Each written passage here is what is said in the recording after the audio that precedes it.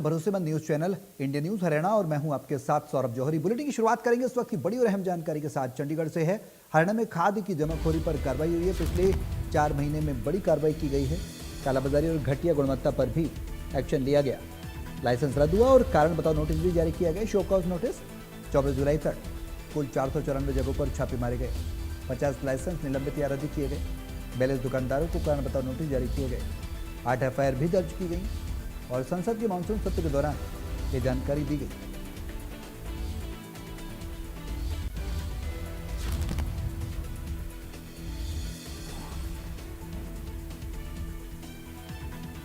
तो बड़ी और अहम जानकारी चंडीगढ़ से पिछले 4 महीने में कड़ी कार्रवाई की गई है।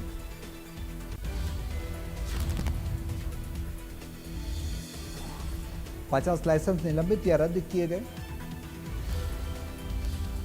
42 दुकानदारों को कारण बताओ नोटिस जारी किया गया है। 8 एफआईआर भी दर्ज की गई है। संसद के मानसून सत्र के दौरान ये जानकारी दी गई।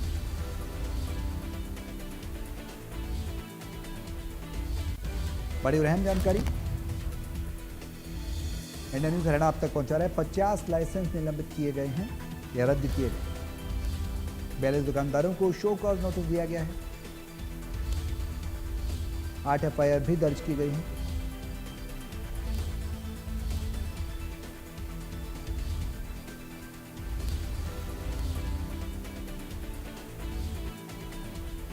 तो बड़ी और अहम जानकारी आप तक पहुंचा रहे हैं। 50 लाइसेंस निलंबित किए गए हैं। इस पूरे खाद की कालाबाजारी के मामले में पिछले 4 महीने में ये कड़ी कार्रवाई की गई है। हरियाणा में खाद की जमाखोरी पर यह बड़ी कार्रवाई देखने को मिल रही है। घटिया गुणवत्ता पर भी ये एक्शन लिया गया है। लाइसेंस रद्द किए गए हैं और कारण बताओ नोटिस दिया गया है। 24 जुलाई तक कुल 494 जगहों पर छापे मारे गए। 50 लाइसेंस निलंबित या रद्द किए गए।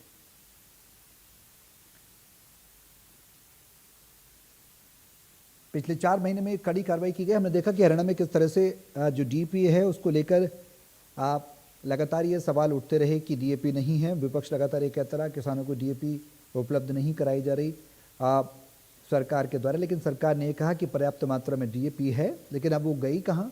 तो जमाखोरी पर अब शिकंजा कसा गया है। वो यहाँ गई, घटिया गुणवत्ता की थी, उसकी भी जांच की गई और कड़ी कार्रवाई देखने को मिल रही। कालाबाजारी पर एक्शन लिया गया है, घटिया गुणवत्ता पर भी एक्शन लिया गया है, जिससे कि किसानों का हक किसी तरह से ना मारा जाए और उनके साथ किसी तरह की खिलवाड़ ना हो। इसको लेकर जमाखोरी पर बड़ी कार्रवाई हरियाणा सरकार द्वारा देखने को मिल रही है, प्रशासनिक स्तर पर देखने को मिल रही है।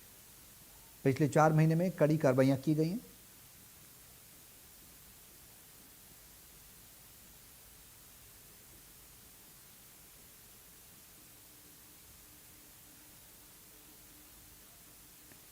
तस्वीरें आप देख सकते हैं। तस्वीरों में भारी मात्रा में ये खाद है। ये वही खाद है जिसको जमाखोरी जिसकी की गई थी। किस तरह से कट्टों को जमा करके रखा गया था और इन्हीं की कालाबाजारी की जा रही थी। घटिया गुणवत्ता भी इसमें से काफ़ी हद तक पाई गई है। जब जांच में पाया गया कि इसकी गुणवत्ता घटिया है, उस पर भी एक्शन लिया गया है। तो इंडिया न्यूज हरियाणा वो कार्रवाई की जानकारी आप तक पहुंचा रहा है, जिसमें यह सुनिश्चित करने का प्रशासनिक स्तर पर सरकार के द्वारा लगातार शिकंजा कसा जा रहा है, जिससे कि किसानों को निर्धारित और नियत डीएपी उन्हें मिल सके, खाद उन्हें मिल सके और किस तरह का जो लो क्वालिटी की खाद है उसके साथ किसी तरह का किसानों के हित के साथ कोई खिलवाड़ ना हो। इसी दिशा में कार्रवाई देखने को मिल रही है।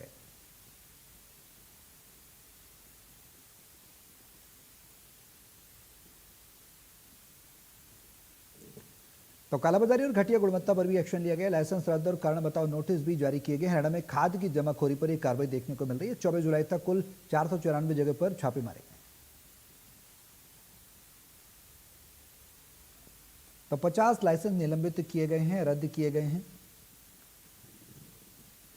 पिछले 4 महीने में बड़ी कार्रवाई देखने को मिली है। हरियाणा में खाद की जमाखोरी पर ये बड़ी कार्रवाई। कालाबाजारी और घटिया गुणवत्ता पर भी एक्शन लिया गया है। लाइसेंस रद्द और कारण बताओ नोटिस भी जारी किया गया है।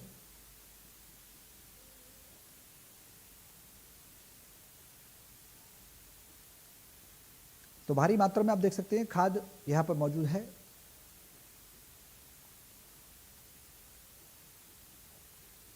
और इसी खबर पर ज्यादा जानकारी के लिए इंडिया न्यूज की संवाददाता चंडीगढ़ से साक्षी शर्मा हमारे साथ लाइव जुड़ गई, सीधे उनको रुक करेंगे। साक्षी, क्या कुछ जानकारी है इस पूरे मामले को लेकर?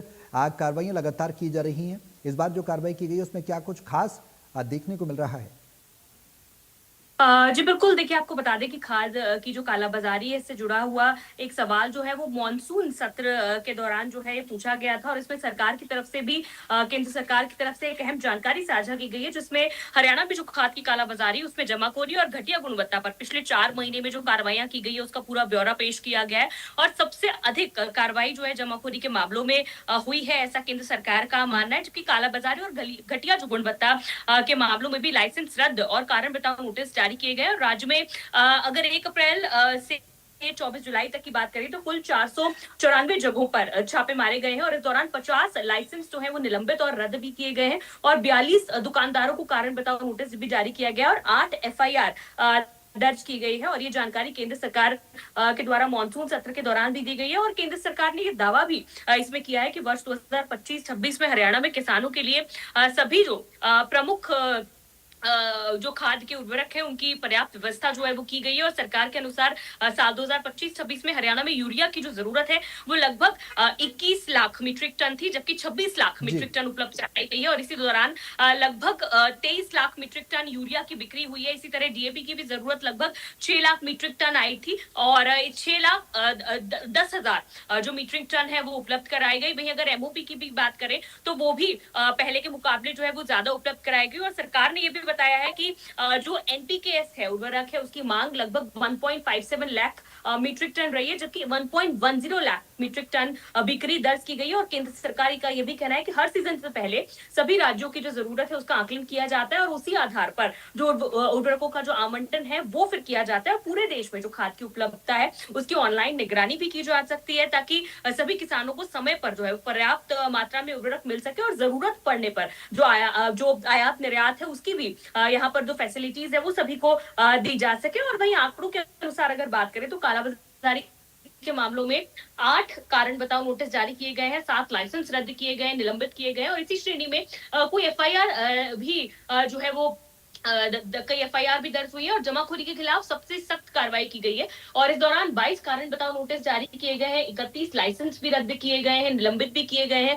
और 6 एफआईआर दर्ज की गई। और सभी श्रेणियों में सबसे अधिक जो लाइसेंस है वो इसी मामले में रद्द या निलंबित भी किए गए हैं। और घटिया गुणवत्ता वाली जो खाद है इस मामले में भी केंद्र सरकार के द्वारा बताया गया है कि 9 कारण बताओ नोटिस जारी किए गए हैं और 6 लाइसेंस रद्द किए गए हैं या निलंबित किए गए हैं। हालांकि इन मामलों में भी कोई एफआईआर जो है वो दर्ज नहीं हुई है, लेकिन डाइवर्जन को रोकने के लिए जो निर्धारित उपयोग है उसके बजाय दूसरी जगह भेजने का जो डाइवर्जन है इसे रोकने के लिए 3 कारण बताओ नोटिस जारी किए गए, 6 लाइसेंस भी रद्द किए गए या निलंबित किए गए और 2 एफआईआर दर्ज की गई है। साक्षी, बड़ा सवाल यह है कि जो लगातार हम देख रहे थे, विपक्ष भी लगातार सरकार को घेर रहा था। डीएपी के मुद्दे पर हमने देखा समय समय पर यह कहा गया कि किसानों को उनका हक नहीं दिया जा रहा, उनका अधिकार उनको नहीं मिल रहा। सरकार कालाबाजारी करवा रही, या तो रोकना नहीं चाह रही या फिर रोक रही है, तो फिर किस तरह से कार्रवाई हो रही है और जमीनी स्तर पर उसका समाधान देखने को नहीं मिल रहा।